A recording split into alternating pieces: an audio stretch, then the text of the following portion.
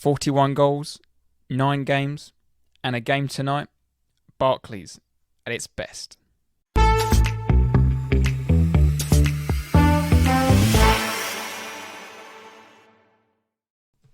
Evening, Tate. Evening, Jack. You right? Yes. Yeah, very good. How are you? Yes, very well, thank you. Very well. Nice weekend. Yeah, it was all good. Pretty quiet. Didn't go. I didn't go. Yeah, didn't go out for the pub or anything. Play golf? No golf this weekend. Took a weekend off because I played every weekend in January. But I'm about to say what you're probably thinking. It's February. Everyone knows it's Six Nations, and you've got to stay inside. You just have to. What about yourself? Did you go out?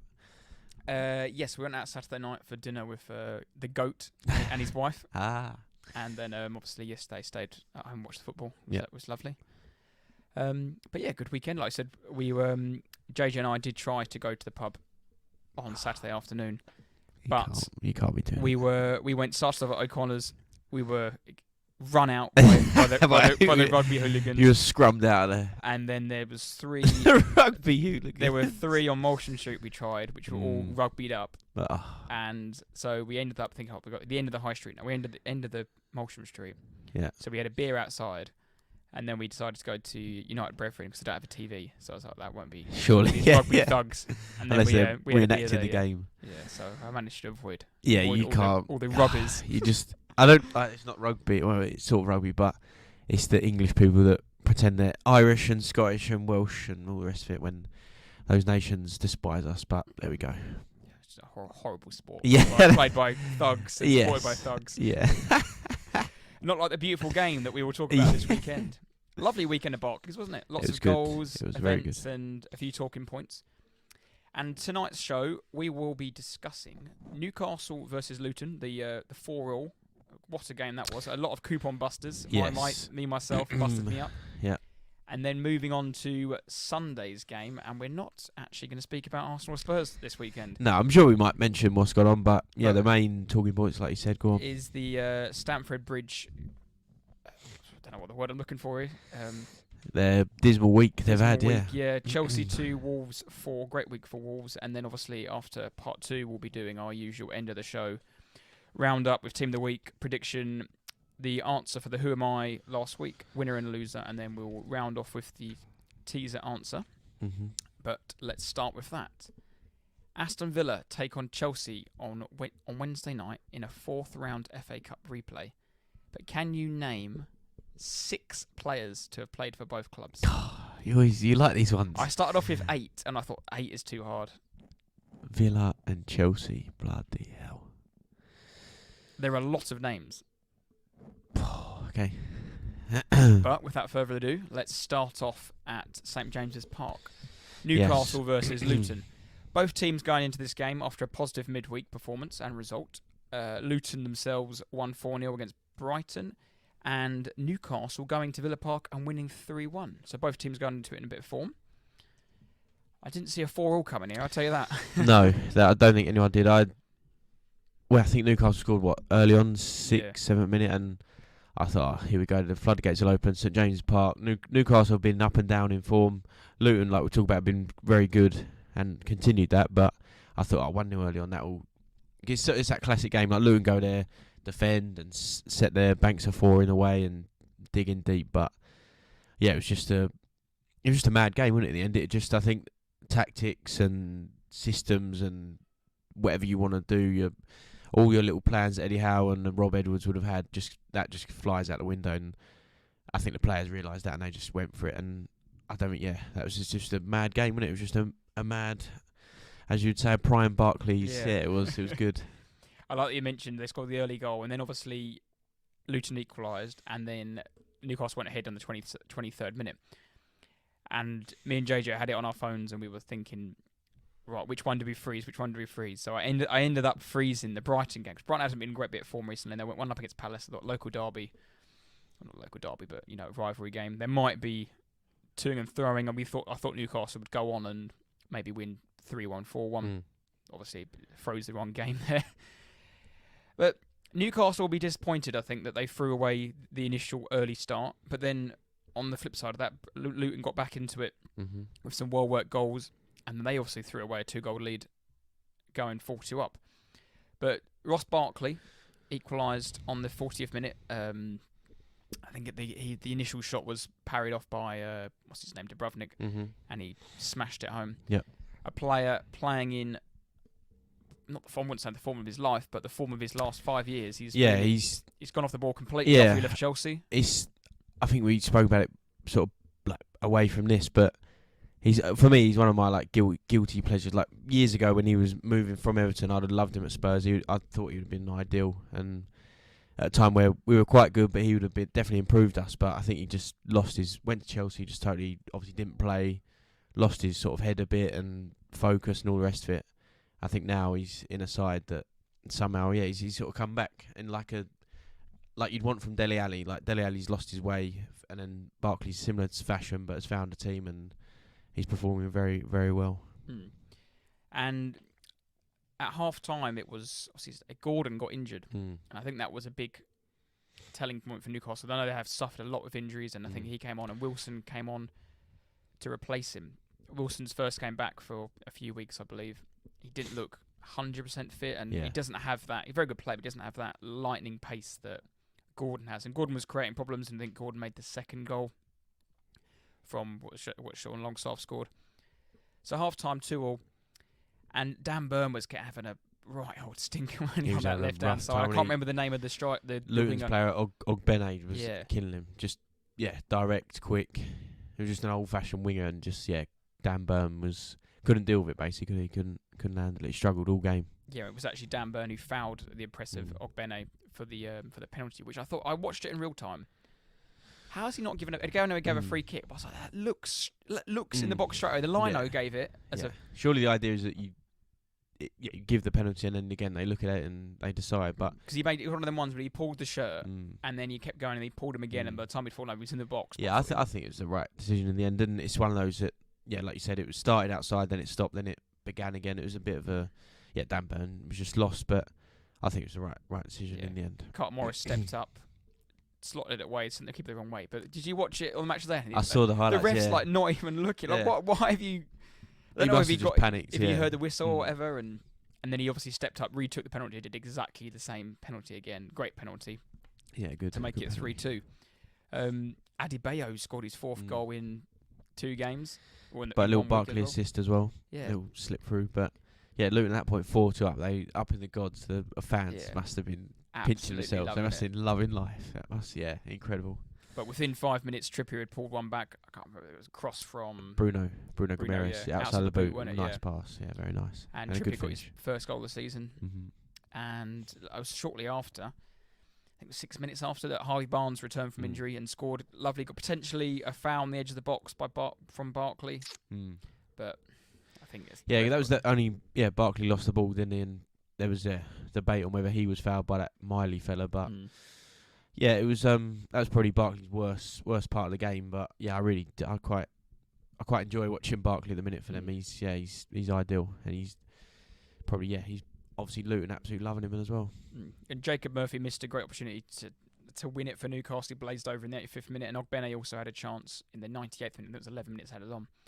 But going back to Barkley, man of the match he got, goal and assist, and is talk of an England recall too much?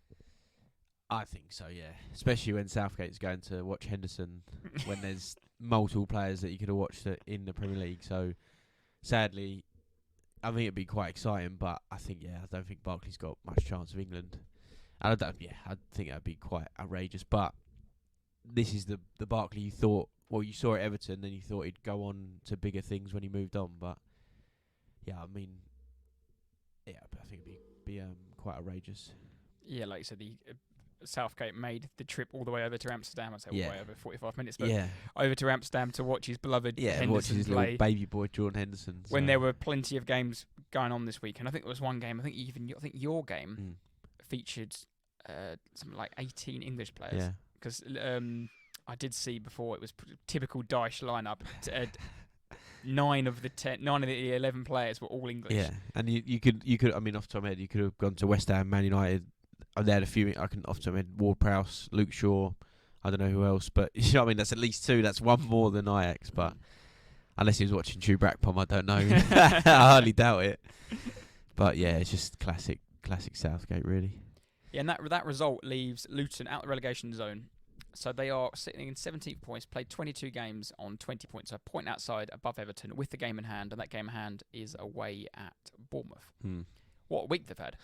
Very good, isn't it? Very, very good. That's the first time Luton have scored 4 in a Prem away game. They did it in 1987, but that's sort of skewed because obviously they've not been in the Prem themselves. But that stat alone, 4 at St James's Park, that is mightily impressive. And yeah, Newcastle were Champions League or were in the Champions League this season. They got all the money and all the rest of it. So for Luton to do that is incredible. But also the first time they scored 4 in 2 consecutive games since October 2017 when they were in League Two. So yeah, they've, like you said, the week they've had the last one loss in 6 games or something ridiculous, which is a close game at home to Chelsea. So yeah, they're flying at the minute. In terms of Luton, like you said, 17th. I don't think they could ask for much more. And a lot's been made in the week that they've scored the same amount of goals, or if not more, than Manchester United. That's been like a bit of a I got that here. Online. I got that here. They got scored 15 in 6, 15 in 6 games. Spurs have scored 14. Arsenal have scored 12. City have scored the same 15 goals in that 6 games. So yeah, very, very impressive from the Hatters. I mean, apart from Luton fans, and maybe even some Luton fans, I pretty much guarantee that every single football fan would have had them relegated. Yeah, probably even rock bottom of the league, and even people, I think I've even mentioned as well, they might even get the record lowest ever points. Might beat Derby County's 11, which they've really shut us up. And for me, they're the only one down there that show a bit of fight. Of the three that came up. Everton obviously are unlucky with the 10 points, but they're the only ones showing some. I think some balls. I want to say. They got Sheffield United at home next game, but I think Sheffield United are gone, Burnley are gone, and then Everton and above are obviously fighting to stay in the league. But yeah, Carlton Morris, the striker, said he talks about their fight and the classic. Like, we're disappointed we were leading, winning 4-2, but we didn't win the game. All the rest of it, but the main point I took from what he said was that he said we have evolved. And like you said, Luton, they were given no hope at the start of the season, and to evolve as the season goes on, Rob Edwards would have said, right, let's finish 17th, and they are currently 17th. To develop and try some things and go, right, this is not working, let's try this. And the last 6 games, whatever they're doing, it seems to be working well. So I think it's very intelligent from Morris, but yeah, it's very good from Luton. And they've got a nice little setup there. Rob Edwards has done a really good job and sets them up well in like a 5 or a 3 at the back, if you want to say, with Lokonga and Barkley, and then they have the 3 attackers, Ogbene, Adebayo and Morris as the front 3. But just looking at the table here, I want to bring this up. I've got to pitch the table here from 20th to 14th. So that's Palace, talking from 14th downwards. Palace, Brentford, Forest, Luton, Everton, Burnley, Sheffield United. Out of all them teams, Luton, top goal scorers, and 32, and they have the best goal difference. Obviously, Everton's skewed a bit because they shouldn't be where they are. So we'll take their goal difference out of the equation, but they're sitting in there really well. Minus 10 goal difference, 32 goals scored, without really, I'd say Barkley, but really a recognised Premier League player. Yeah, they had Townsend. I'm not sure if he even plays for him, did he? Is he injured? There, and I think it was on the bench. Oh, okay. Because I know he's on a short contract. But yeah, no, Barkley's like the only sort of recognisable name, and they're essentially all learning on the job. They've got a few young players from bigger teams, but yeah, they're all, even Rob Edwards, learning on the job, and they know like you said, they know exactly the tough, incredible task they're doing, and Everton's point deduction is probably massively helping them, but yeah, that's what you want. Like you said earlier, the fight, that they're showing that. I know it's cliche and old-fashioned, but when you're at the bottom and you're that sort of side, that's what at least you can do, and like I said, Burnley and Sheffield United are offering nothing of the sort. And it's their home form as well. I just think that place, that stadium, is a real daunting place for some teams to go. Whereas, like you said, going to Burnley, but Burnley used to have that. Yeah, definitely. Used to, but it doesn't anymore. Yeah. Same as Sheffield United. Look at the way Aston Villa dismantled them, and it was half empty at 20 minutes gone, wasn't it? But I'm really, really impressed. I can really hope they do it, Luton. I still don't think they'll have enough, but I'd love to eat my words and see them stay. That would be good. It'd be a real good story because one of the teams around them, relatively big names as such in the league, would be gone. Would it be an Everton, a Forest, I think the money Brentford Forest has spent as well. Yeah. Like, over 2 seasons, Luton have not touched that. No, and Palace could be drawn into it. Yeah. I mean, if they win their game in hand, they go 23 points. They'll go above Brentford. I know Brentford played tonight, but they'll go 2 points above Forest. They'll go within a point of Palace.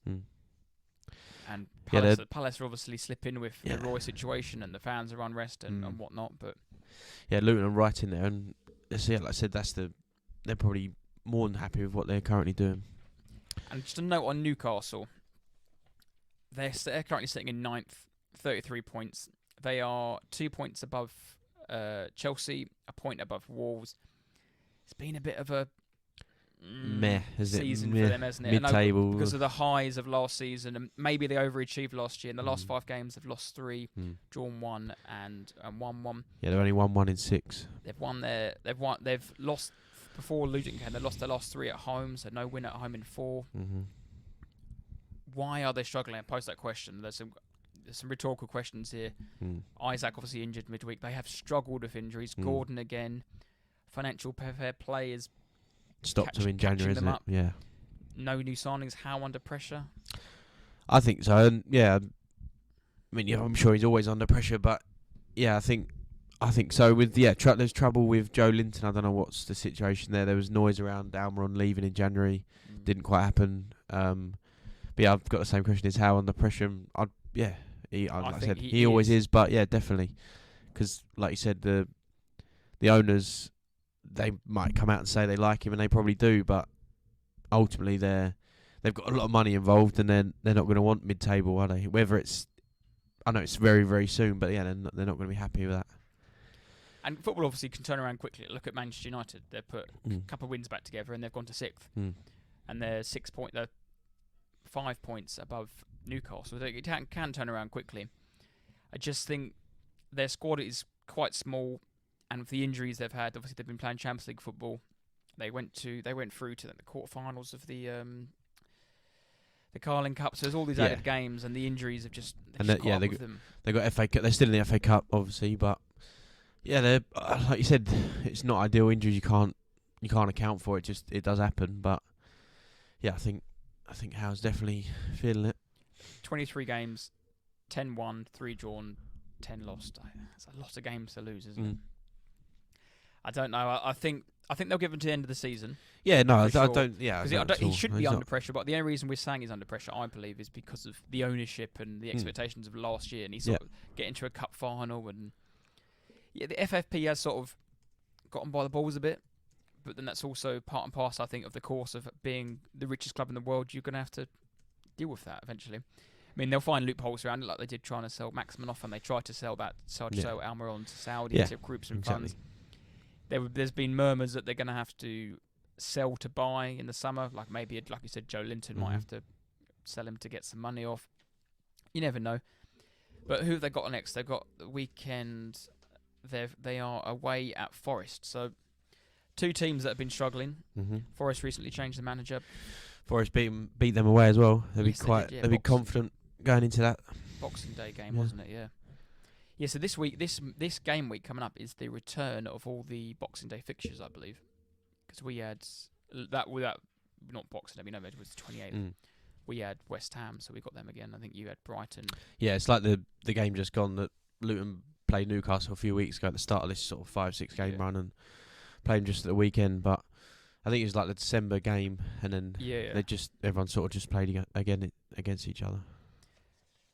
Do you think Luton will survive? Quick, yes or no? I don't think they will. I think because Everton unless they get another points deduction. I think that's the key, isn't it? I think that will cause them huge problems. But they are good enough. Like they're probably mid-table, probably slightly higher on their actual form right now. And I think they're pretty good at home. They don't play free-flowing football, but they're typical Sean Dyche side, and I don't think Everton away is a good fixture to have. So I think Everton will be good enough to finish above Luton. But I think I definitely think it's 2 places already gone. Burnley and Sheffield United are gone. Could Chelsea slip into that? Oh, I like it. Position. All right. Because that is a that shocker. would be no, surely not. No, they just won't. But it won't happen. But the classic 2023 table that you see, played like 40 games. The calendar year. I'm pretty sure they were like the 3rd worst team in there who have played every single game. Obviously, you've got teams that have been relegated to the played less points, so played less games, so have accumulated less points. But that is a shocker of a week. Terrible. 8 goals conceded, 3 scored, whacked in both. I think the Thiago Silva goal gives it a bit more of a nicer look to it than 4-1 at home. But the problem of going, well, not even a problem, but the word I'm looking for is, you look at that result in isolation. Were you surprised what the Wolves won? I certainly wasn't. I wasn't surprised. The scoreline was the defeat itself, 4-1, 4-2 is quite a. As in the Wolves, it was 4-1 for a long time, and they scored right towards the end. And yeah, I was surprised by the scoreline, but no, Wolves have been very unlucky. It's not a great word to use, but they have in some games throughout the season. They're quite a decent side, but yeah, I mean Chelsea at home. That's probably the only thing that's slightly kept all the nastiness away until the weekend. Really, their home form of late, and yeah, it's suddenly. I think they were booing at half time, booing at full time. It's finally cracked, I think. Going into this week, they'd won their last 3. But I looked at that scoreline at half time, sort of 2-1 Wolves, and I thought that's just what it probably should be. I'm watching the highlights back, I'm watching and reading some reports. Yeah, Wolves deservedly won. Yeah, I think Wolves got some lucky sort of weird own goals and whatever, but they're a far better team when they're on it like that, and that's the way Chelsea have been playing. They are just a total mess. Matthias Cunha, scored a hat-trick as Wolves came from behind to stun Chelsea, and they actually replaced them, overtook them in the Premier League table, moved from 11th to 10th. Cole Palmer opened the scoring on the 90th minute. Cold Palmer. That celebration he does. It's so bad, isn't it? It's terrible. Nice little finish. He slotted it past Jose Sarr following, I think, the only good thing Moses Caicedo did with his assist. Yeah. He then after got booked and subbed, and he gave away the goal, got booked, and then got subbed for Nicholas Jackson. Had a bit of a stinker. Wolves obviously levelled with a deflected Cunha shot before taking the lead with, I think it was Pedro Neto had, what's his name? Chilwell on toast all game. Cut back, and it was Ryan Altonori. His cutback was deflected in by Axel Disaster. Yeah. Just that's probably jumping ahead, but who are these people? Who are these players? I couldn't sit here and tell you Chelsea's 11. I don't know who they are. I don't know Gusto. I don't know who he is. Is he French? Is he Portuguese? Is he Italian? They signed him in January last year from Lyon. Exactly. I don't know these people. Who's that random Italian fella in the middle? He's like a young lad. They've just had to start playing. They played him the other week. They spent billions of pounds on players and managers, and they play young. They have to play a youngster right back of late. I don't know who they are. Like you said, Gusto, Disaster, and Badia Shield. Badia Shield was the one. He's just rubbish. Mudryk, Caicedo and Fernandes in the middle, £200 million. It's just endless. Pedro Neto, I think he set up Cunha's second goal. Lovely, he roasted Chilwell again, cut the ball back, and Cunha slotted it past the goalkeeper. And then what was? I forgot his name now. The Gusto. What was he doing on that challenge? Just desperate. He's lost his man. It's such a clear penalty. Fouled him. Cunha stepped up. Lovely penalty. Yeah, he's good. When those ones work, like Morris's one, and they do a little stop and send the keeper the wrong way. It's nice. Nice. It's nice. Jim's favourite player. Yeah, I had a thought for Jim. I was like, I don't want to rub it in that they've lost because Arsenal's game's coming up next, but I did want to let him know that his favourite player scored a hat-trick.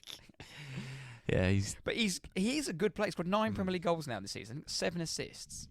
If he could sort of patch it together like he's been doing recently. Because he obviously he's a striker, but he can play through the middle as in number 10, sort of maybe in centre field. He likes to run with the ball. He can beat a player with the ball. He's big and strong, and he's with Wolves at the minute. They're working very well. Yeah, because I remember him last season slightly. He's got one deflected goal and wasn't really much. And then they signed him in the summer for quite a bit of money because he was on loan from Atletico last year. And he played Man United the first game of the season. I think that game took everyone by surprise with Wolves, how good they were and how solid they looked. And Gary O'Neill, what a job he's been doing, by the way. Yeah. He looked like I said last week, he looked like R9 in that. When we did step over in the middle of the park, taking Maguire on, and he just looked the bollocks. But Wolves thoroughly deserved their victory and moved Gary O'Neill's side up to 10th, 1 point and 1 place above Chelsea after 23 games. Chelsea at 11th on a -1 goal difference. Yeah, 8 goals in a week. Like I said, booing at half-time, full-time. They've turned against Poch and made that very clear, didn't they, on the weekend? Before we get into our dissection of Chelsea, one quick note. Wolves had not completed a league double over Chelsea since 1974-75 season, nor had they managed to win at Stamford Bridge in any competition since 1979. So that shows what a result it was for Wolves. Right. Do you want to kick us off on the... No, it's just it's what we hear and what we have to suffer throughout the week, and what you hear about Chelsea, and it's become a thing. Obviously, yes, but basically from when we're growing up and that's why people support Chelsea. But yeah, since 2022 when Bowley came in charge, the mess of the ending of Abramovich, Tuchel was gone. They brought in Potter. He was not given a year. He was then sacked in April. Then that Bruno was in temporary charge. Then they gave it to the Lord and Saviour Frank Lampard to take charge. And now Poch is hired July of last year, start of the season. But from Bowley's arrival, let me just get some figures up. So they sold, in the 2021-22 season, they sold 148 million worth of players. And then how much did they spend?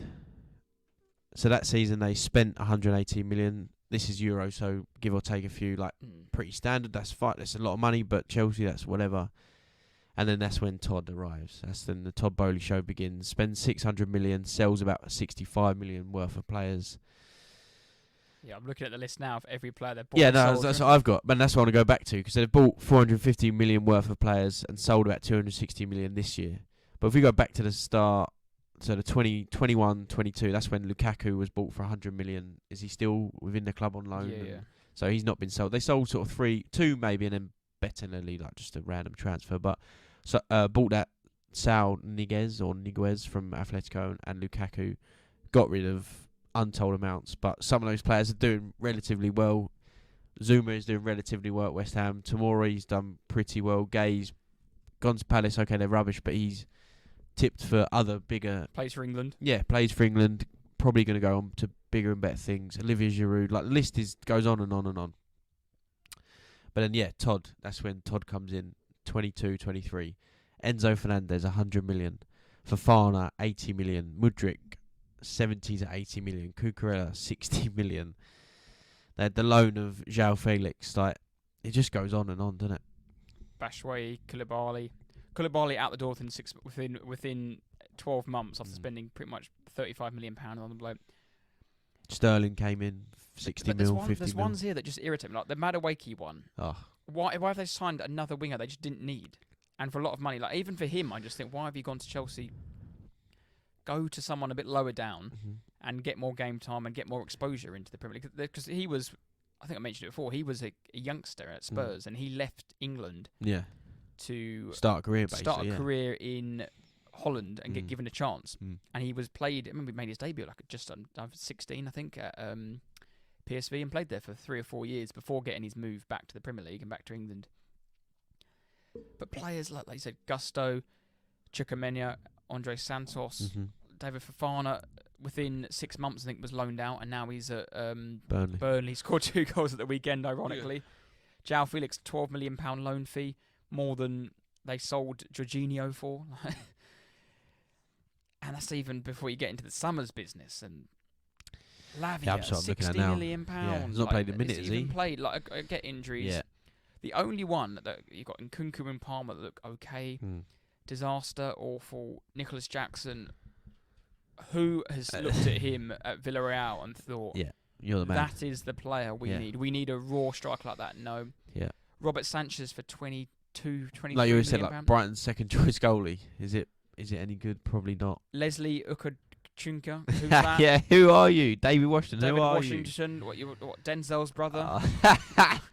Angelo. Oh, the goalie the weekend. Who's that Croatian bloke? Who are you? If you're a Chelsea fan, you're watching.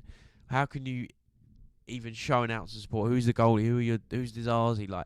Who are these players? And the list they've got rid of. What is disappointing, I think, for a Chelsea fan, if I was to put myself in a Chelsea fan's shoes, which shiver at the thought. You've obviously got Chilwell, who you bought a couple of years ago. He's been very good for you, but injury prone. Cucurella, awful since day one. Yeah, he was a decent wing back at Brighton. It's like when we bought Doherty. It worked. Just been awful. Cucurella works at Brighton in their system with their manager. It was perfect, but you take him into a different scenario, a different setting. He's failed miserably. More to the point is they've just spent best part of £120 million on two left backs. When in your academy, look long term, trying to think bigger picture. You've got Lewis Hall, who has gone to Newcastle, and you've got Ian Martson, I want to say his name is, who was at Burnley last year, ripping it up. Came back here, wasn't really given a chance, and they've loaned him straight out to Dortmund, and he's doing well at Dortmund. Got a couple of assists, playing well. He starts every game at left back for him. Like, there's money that you don't have to spend that, and the fans, all football fans, love to see academy boys in the team playing well and doing the business. That's like I said earlier, but the right back, the guy that the Chelsea plays, he's a youngster. He tucks his shirt in, he wears short sleeve, and he rolls his sleeves up. Gilchrist, isn't it? Yeah, he plays right back, but he's what you're saying. They've spent all this money in the world, but he's come on. They puts a smile back in the face because he's from the academies. He's one they can get behind, but it's just Bowley. It's just Bowley, to be honest. It's just Bowley. It's a big, arrogant, brash Americans come into Chelsea and go, right, I've got all this money. This is what I can do. They've got a manager perfect for the scenario, but Bowley and whoever they've got in charge, the directors of football, whoever there's below, underneath, and working around him, above Poch, and making all these signings. My God. And what I think has happened in the last 2 years, 18 months, they've completely lost. I mean, I say a pinch of salt. Chelsea lost their identity. They didn't really have their identity was we win everything at all costs. And if you enjoy that sort of stuff, then yeah, fair enough. And you're just mercenary output into a football club. But they've now lost that, and they've lost players that had that sort of identity. Well, I'm looking at a player here like Azpilicueta. He was there for 11 years, I think. Now you look at Chelsea and we're two die-hard football fans who know quite a bit about some players and Premier League clubs and whatnot, and can name random players from different teams for fun. Chelsea, man, we struggle now because there's been such an upturn of players that you can't keep up. I've got an A4 piece of paper I'm looking in front of me, and there are. I'm thinking there's 70 people here I'm looking at. So Poch arrived in the summer. They made 12 signings in the summer. Before Poch, so when Bowley arrived, since Bowley's arrival, he's made 26 signings, 14 before Poch, 12 of those from 2023. Out of those 26, 12 are currently with Poch, and 12 were signed with Poch, and 9 are still there from when he started, from when Bowley came in. So Poch had no say or control as to whether he wanted these players, i.e. Gusto, Fernandes, Mudryk, Sterling, Madueke. So 26 signings, and they've got rid of probably 26, if not loads more at the same time. It's just a revolving door. It's been a circus, isn't it? Absolute circus. And obviously in the summer they got rid of Havertz to Arsenal, Mount, Kovacic, Koulibaly, Pulisic, Mendy, Loftus-Cheek. I can't remember his name. The guy who went to Leeds, Ethan Ampadu. Yeah. Lukaku, Hudson-Odoi, Kepa, Azpilicueta, Kante, Bayaku, Aubameyang, Ziyech, Fofana went on loan. Obviously, went to loan to Union Berlin, but now back at Burnley on loan.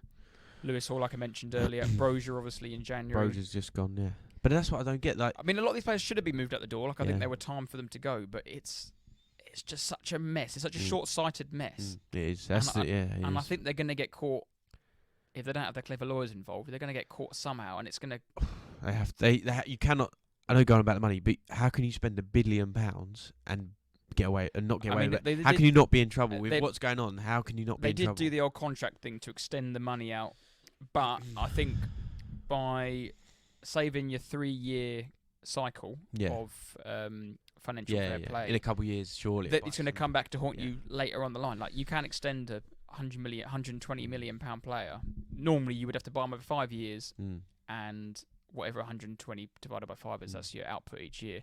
Divided by 8, obviously, is more. Is you got bigger. You have smaller payments to pay back. Yes, yeah. But you're going to be in a situation in 3 years' time where you're paying back Enzo Fernandez. He might not have met the club.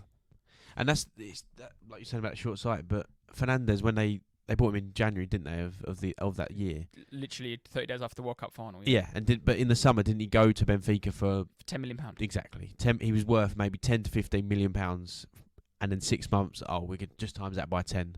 We'll have him 100 million. It's just brain dead, and I just cannot believe the Chelsea supporters and the noise that was being generated. And I'll go into it now, but yeah, Pochettino entered a circus, and it was a awful poisonous oil rig before Bowley arrived, and it said, like you said earlier, it seemed wonderful, and they were winning things, and it was like you said, a mercenary. It was just like, right, Abramovich, okay, this season when we won the league, this next year I don't like you anymore, we'll get someone else in it, and it worked. It seemed to work, but then he was removed because basically he's a criminal, and he was doing something wrong. So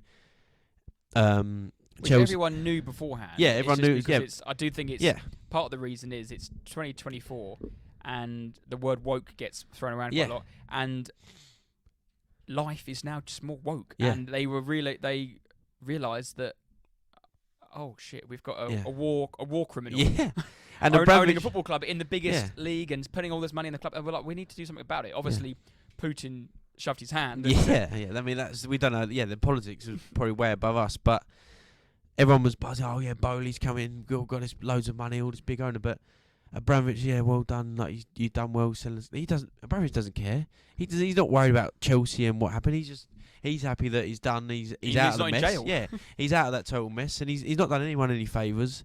Bowley's come in, like I said, the big brash American, and he's causing absolute havoc. And this is what I wanted to get onto, but football, as I sound like an old man here, I almost sound like my dad, but football and the Premier League and the professional game existed before 2003. So Abramovich came in 2003 and left in about 2022, so about 20 years, just under 20 years. Before 2003, tell me how many trophies Chelsea won. And I'm talking, this has gone, I'm about to give you some other teams' trophies, their records, but I mean, this is from like 1880. This is from absolute yonks. 20. Lower. 6. Chelsea, before 2003, had won 10 trophies. For example, that's what I'm saying about the trophies they won. For example, they won the league in 1954-55. So the couple of teams I've got here, it includes all sorts, but it doesn't. The only thing it doesn't include is second-tier competitions. So Arsenal, before 2003, 33 trophies. Nottingham Forest, 15. Tottenham, 23 trophies. Man City, even they won 12. So Chelsea are not a big club. They're not a. You talk about the success you've had, but you're not a historic club. You're as tin pot as you can get, as it can possibly be. And this is what you're currently going through. So when they were shaking the bucket because the Stamford Bridge was falling down, this is what it's like. And people our age that, Chelsea was so good, we won Champions League, we've done it all, done all this. Well, great. Now, this is what it's like. If you really support Chelsea and you're really happy with Chelsea, this is your moment to go and support them. And if you support them, not just because they win everything or have won historically everything. Yeah.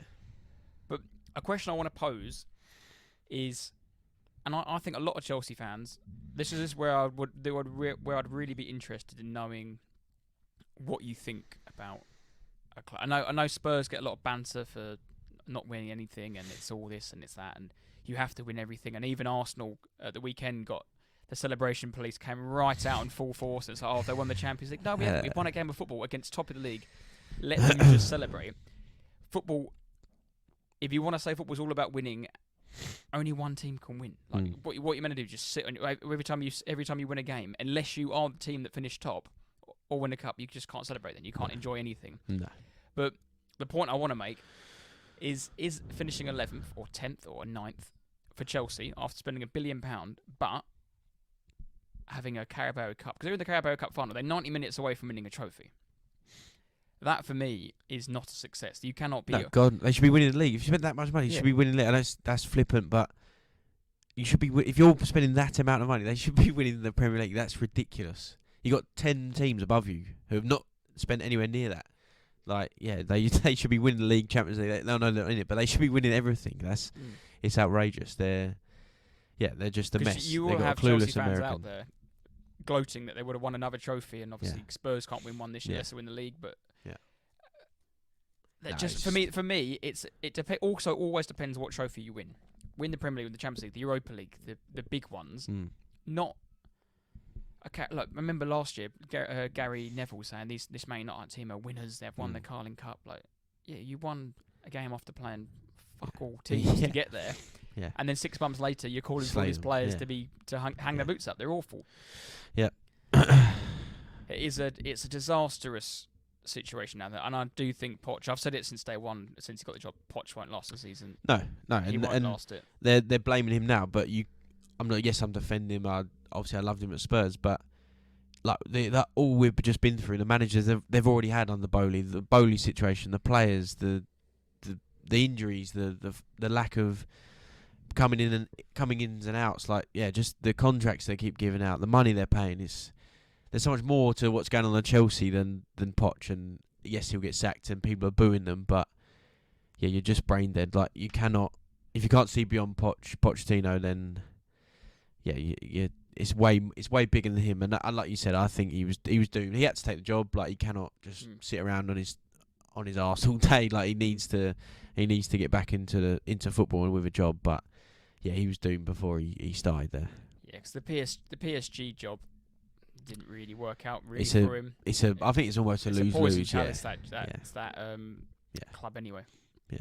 But the hot take, and what I want to say, Poch, I think, is on borrowed time. FA Cup replay on Wednesday away at Villa Park. Villa are a good team. Senor Emery, okay manager.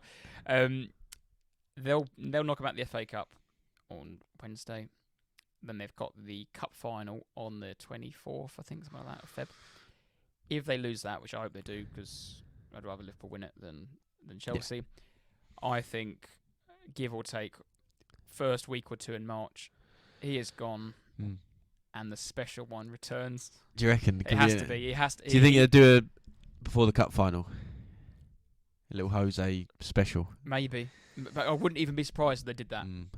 But I don't know, I sent you the thing, didn't I? But the report of they're not sure if they can do it, or they're because of the money regulations. Well, going back to what you said about the money and the amount of money they've spent on players, they sacked Tuchel, then would have had to pay him out quite a whack, I imagine. And then they broke the transfer record for a manager and signed Graham Potter within, weren't even 6 months, what was it, 2, 3, 4 months?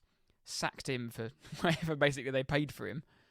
And they've had to get Lampard in a cheap, and then obviously they've had to get, they've got Poch in now on a 3-4 year deal, whatever it is. And they've got all these coaches at the coaching staff. They're going to have to pay, if they get rid of them, they're going to pay them off. And it's a mess. It's a mess, isn't it? I think, Jose will be in charge by the end of the season. I think he just has to. That's the one thing, because what else have they lost? They've lost all identity in their club. He's the one thing that I think all Chelsea fans still love him because of what he did for them. And he's a big name. He's just obviously been sacked by Roma. He's available. One last dance. They'd all get behind it. They would. They'd whether love he it. can do anything with these budget players they've got at the time, I don't know. I don't know. I think, I 100% see it. It could easily happen, but he's the only one that likes Lukaku. So he'd bring it back. Oh, yeah, it'd be horrible. There'd be a horrible side. There would be an absolute horrible side. But we've got them 16th of March, I believe. We've got them away. They've got to rearrange the fixture. But we're saying all that, they'll beat us. We're playing away. They'll still beat us. But my point's still valid. 23 games, 9 wins, 4 draws, 10 losses, 38 goals scored, 39 goals against, -1 goal difference, sit on 31 points. They're just, I think, even if he wins the Carling Cup, if they don't get European football, they'll get European football from winning the Carling Cup. Yeah. But put that aside, if they don't get in a European place in the league, that's just, come on, you need to finish top 6. Look at the clubs above them. Wolves, Newcastle, Brighton, West Ham, United, and then fifth are Spurs. they need to be in and amongst them clubs. Oh, Come on, yeah, man. they They're have 7 to be. points off United, and United get so much. I don't know whether we as football fans have just got used to 18 months of awful Chelsea, but I swear, and my Arsenal bias and your Spurs bias, Chelsea's getting an easy run for they're fucking 11th. Yeah, I know. They're in the lower half of the league. And the money, and they have been for 18 months. Yeah, and it's not as if they're they're not playing. They haven't got a tight budget with like a brand new young manager, and they're inexperienced and loads of they've spent a ridiculous amount of money. They've got quote unquote an experienced manager within the league. They're like you said, and even Poch, I think, is getting a pretty easy run at it. Yeah, no, he's not been good there at all. It's not worked. But like I said, there's plenty of other reasons as to why it's not going well. But yeah, right. It doesn't. There's more noise about West Ham in the news than there is Chelsea. Yeah, and I openly give Ten Hag a lot of stick and United a lot of stick, but Chelsea seem to get away. Now this is the big one. So this time next week, 12th of Feb, Crystal Palace against Chelsea, Monday Night Football. Oh, this time next week. Yeah. Oh, lovely game. Swap managers. Yeah. Well, by that time, could Roy be in charge at Chelsea? But that's two clubs who both aren't happy with their clubs and both haven't had a good season for totally different reasons. One's not spending, one is spending. Yeah. It's just absolute nightmare. That'd be a good game, actually. Is that at Palace? Yeah, he's at Palace. That's a great game. Nice. Right. Any more to add on Chelsea? No. I'll save what the final bit I've got to say about them. Right. Shall we kick off part 3 with team of the week? Sorry, I'm making a bit of noise. I'm just rustling around my paper. Yeah, go for it. The floor. Right. Team of the week. Goalkeeper. We are leaving this to be confirmed at the moment. Obviously, in 10 minutes' time, Monday Night Football will be on, and Brentford versus Man City. I'm hoping that Brentford goalkeeper has an absolute worldie, keeps a clean sheet, and maybe a 0-0 draw. Well, if it's a 0-0 draw, then perfect. They did a double over him last season, didn't they? Was it double? With an asterisk, yeah. Well, yeah, true, but because the last game of the season, they didn't care. But yeah, they did the double. Could happen again, couldn't it? Tony's back. God is back again. Wonder if they play the Undertaking music again. Yeah, well, yeah. No, yeah. Monday night, Carragher will be loving Brentford, won't he? No, not after yesterday's sulking. Oh yeah, he was a bit angry yesterday, wasn't he? He was a bit angry. Goalkeeper will be decided, and it will be put on a vote for all the listeners to decide. But defence, we've only got one defender, and I'm going to roll out the red carpet for this man to my esteemed colleague. Yeah, we've got another player we Tottenham need to sign tomorrow, Tariq Lamptey. He's on his own in defence this week, but yeah, he might have injury problems. I don't know. He seems to sort of play here and there, but yeah, they battered Palace. I said to Tate as soon as the teams were announced, because Elise was on the bench and Noeze was just like, well, Palace are getting smashed, and they did. But Lamptey was very good. Played left wing back, basically played left wing, but yeah, he's so quick and he's very good on the ball, very good attacking. Yeah, so Lamptey, defence. Who did they sign him from? Well, our friends at the bridge. Midfield, got midfield duo and I'm going to take the first one with Ross Barkley. Mentioned him earlier, goal and assist, and what a week he's had. Really looks fit, looks on form, and he could have been in this team of the week a couple of times. He could have easily been there, but we decided to put him in there after getting a goal at Newcastle and a man of the match performance at St James's Park. Nice. And second midfielder, Douglas Luiz from Villa. Did he get assist? Did he get two? Lovely assist for... yeah, that pass was a joke. If that was De Bruyne or Maddison or Odegaard, Rice or Fernandes at United, it'd be talked about for seasons upon seasons. But yeah, ridiculous outside of the boot ball from Douglas Luiz to Watkins. Yeah, they were good, weren't they? Villa 5-0 in the end. Yeah, it was very comfortable. But yeah, Douglas Luiz. And that leads us on to the strikers, and I'll take Ollie Watkins, like you just mentioned. 1 goal and 3 assists out of the 5 goals that were scored. Bloke's on fire, looking like he's pretty much, if he stays fit, secured his England space in the squad. Obviously, the one behind Harry Kane, causing Sheffield United problem after problem after problem with their high line, pacing behind. But not only goal scoring, sets up 3 goals, very good performance, and a player that's had very, very good season. I think he's got 11 goals, 11 assists now this season. Something mad, or maybe 11 goals, 10 assists. He's the first player to get double figures in both in the Premier League. Double. And yeah, we spoke about him earlier, but the other forward, Mateus Cunha, hat-trick at Stamford Bridge, 9 goals this season, like you said. Just very good. Very, very good. Yeah, pretty attacking team this week. But like we said, the vote for the goalie will be put out after tonight. So yeah, that's our team. Lamptey, Douglas Luiz, Ross Barkley, Ollie Watkins and Mateus Cunha. Who am I? So we put a post out last week, and drumroll for the answer, Jonathan Greening. Yeah, I mean, obviously I know, but even I looked, I was like, oh, who the hell's that? A great shout, wasn't it? Yeah, it's good. Great shout. There'll be another one up this week. We'll put our brains together and try and test you out. Hopefully, I want to get one where no one's got it, but by the time we get around to next week, it's been a difficult one. Who's that? I don't know who done it, but he commented straight away. I was like, wow, what a shout. Great shout straight away. Yeah, we'll make it tough. Prediction. I think it's your go this week. I'll have a look. It was the mighty Hull last week, wasn't it? Hull versus Millwall, wasn't it? Millwall, yeah. Hull won in the end. I think they did. I think I said 1-0, didn't I? Yeah. Let's have a look. Hang on, let me I think you pick said our it might game. have 2-1. I don't remember. Let's go. I had Millwall to win. So. Saturday. Oh, I think I know. Yeah, Tate's got a smile. Real Madrid, Girona. It's got to be. Why's that? We might be taking a little trip to Madrid to see an old friend, Alberto. So Real Madrid versus Girona. 5:30 at the Bernabeu. 6:30 Spanish time. 6:30 Spanish time, indeed. Do you want to go first? No, go on, I'll let you go. Top versus second, isn't it? Yes. Obviously, Real Madrid dropped 2 points yesterday in the Madrid derby. I'm going to go 3-1 Real Madrid. I would love to see a away win. That'd be brilliant. But yeah, I'm going to go. I think Madrid. I think they beat them earlier on in the season, didn't they? 3-0, yeah. Quite First comfortably. game of the season, yeah. I think at home they'll be. I'm going to go 4-0 Madrid. 4-0. I think the Girona having an. There you go.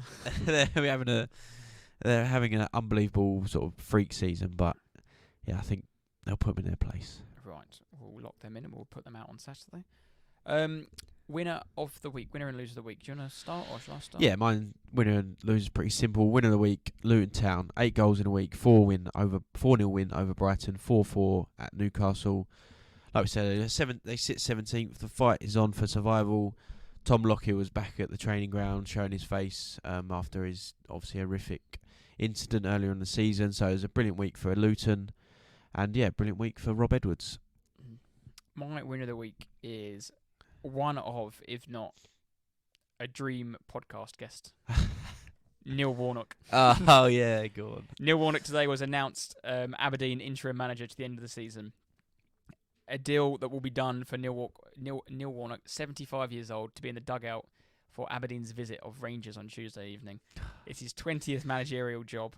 That's tomorrow night, isn't it? Yeah. Because he was on. I heard him on TalkSport talking about it. Yeah, and there was a picture of him in the airport yesterday in Aberdeen. Just what a bloke! Very entertaining bloke. How is he is mental. He's absolutely mental man. But he was on the radio and he was talking. He was like, his video. He's like, hey, line up. He's talking to Jim White and I think Sam Jordan. And he was like, hey, Jim. Like, he just couldn't. Oh, it's brilliant. Yeah, what a bloke. No, Neil Warnock. Yeah, congratulations on the new job, Neil. Neil Warnock, how are you still involved, mate? Brilliant. Shall I start my loser of the week? Yeah. Loser of the week, Chelsea. The loopholes, the spending $1 billion, hiring firing managers. Your best player is a 39-year-old Thiago Silva. Another good player is your academy product, Gallagher, someone you want to sell. And then you're probably your best player this season, someone you nicked off Man City because they win everything, with someone you said no thanks to in Kevin De Bruyne. But yes, Chelsea, boo Pochettino, get him out because a new manager will solve it all. Need I say any more? My loser of the week. So, after 10 years, 4 months and 25 days equals 3,802 days. For the first time since Jack Hunt in September 2023, Crystal Palace paid a transfer fee for a right-back. On deadline day, they signed Daniel Munez, I want to pronounce his name as, signed from Genk for a fee of around €8 million. Signed a contract to 2027. So Palace fans over the moon, they've finally signed some money. So finally sold a right-back for some cash. Munez made his debut for Crystal Palace on the 4-1 defeat against Brighton on Saturday, and was absolutely torn one Yes. by your mate Lamptey.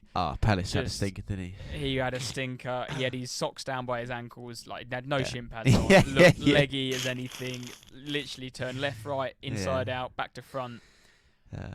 Welcome to the Premier League, Daniel. Yes. It's terrible. I did notice that.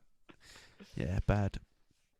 Right, to end the show, I will recap the question. Aston Villa take on Chelsea on Wednesday night in a 4th round FA Cup replay. But can you name 6 players to have played for both clubs? Oh, I was worried at the start when you said this, but then the fact we spoke about Chelsea a lot has jogged my memory. And we mentioned him, but that Chukwuemeka is one. Barkley as well, because we mentioned him throughout the show. John Terry. Yep.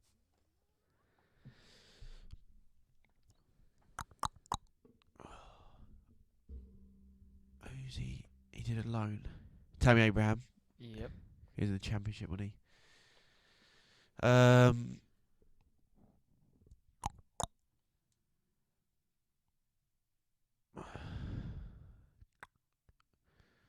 Joe Cole. He's like a classic one, isn't he? Yep. One more. I can't get Hitzelsberger out of my head. Obviously, he never played for Chelsea. I don't know why. Keeps going in my head.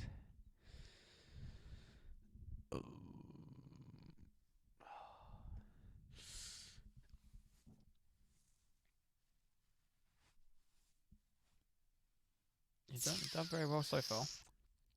Oh, did he play for Villa? I can't think it. I can't.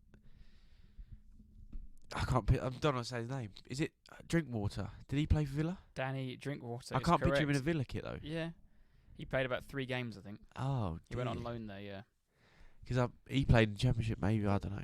Well done. Yeah. 6. So the other ones you could have had. Do you want to get one more guess? I was going to say 8 sort of, but I do think once you get going, you'll recognise his players. But yeah, I'm stuffed after that. Ryan Bertrand. Yes. Yeah. Mark Bosnich, but that's an older one. Gary Cahill. He started at Villa, didn't he? Yeah, forget about that. Yep. Tony Cascarino. Colson Cole as well. I've never said Steve Sidwell. Yep. Scott Sinclair. Scotty Sinclair. Chris Sutton. And Bertrand Traore. Yeah. Remember him? Yeah, they've done a few weird old sort of exchanges. There's a few older ones like Andy Townsend and Miri Taylor, but I don't know who that is. No. So, nice. yeah, that was quite a few. Nice. Well done. Yeah, good question. I like it. Well done. Right, that ends for another week. Yep. Oh, thank you again for listening. Sorry, I just cracked my back then. Just recalled his back. Cracked my back, and yeah, another good podcast. Enjoyed that one. That's all, folks. If you get the play on words for the title, then please let us know. Yeah, I was very impressed with that one. We always like trying to think of something, whatever we do it together. But Tate thought that one was really good. I thought of it while I was watching the Arsenal yesterday. I was stressed. Yeah. I was sweating. I was like, why is this popped into my head? This is so good. It's not like smiling. I'm like stressed. But no, again, thank you all for listening. And we'll be back next week with another episode. Yep. But keep looking out for the socials. Lots to go on this week. And lots more football, FA Cup replays, more Premier League games and all sorts. So again, thank you for listening. And stay loyal. Stay loyal.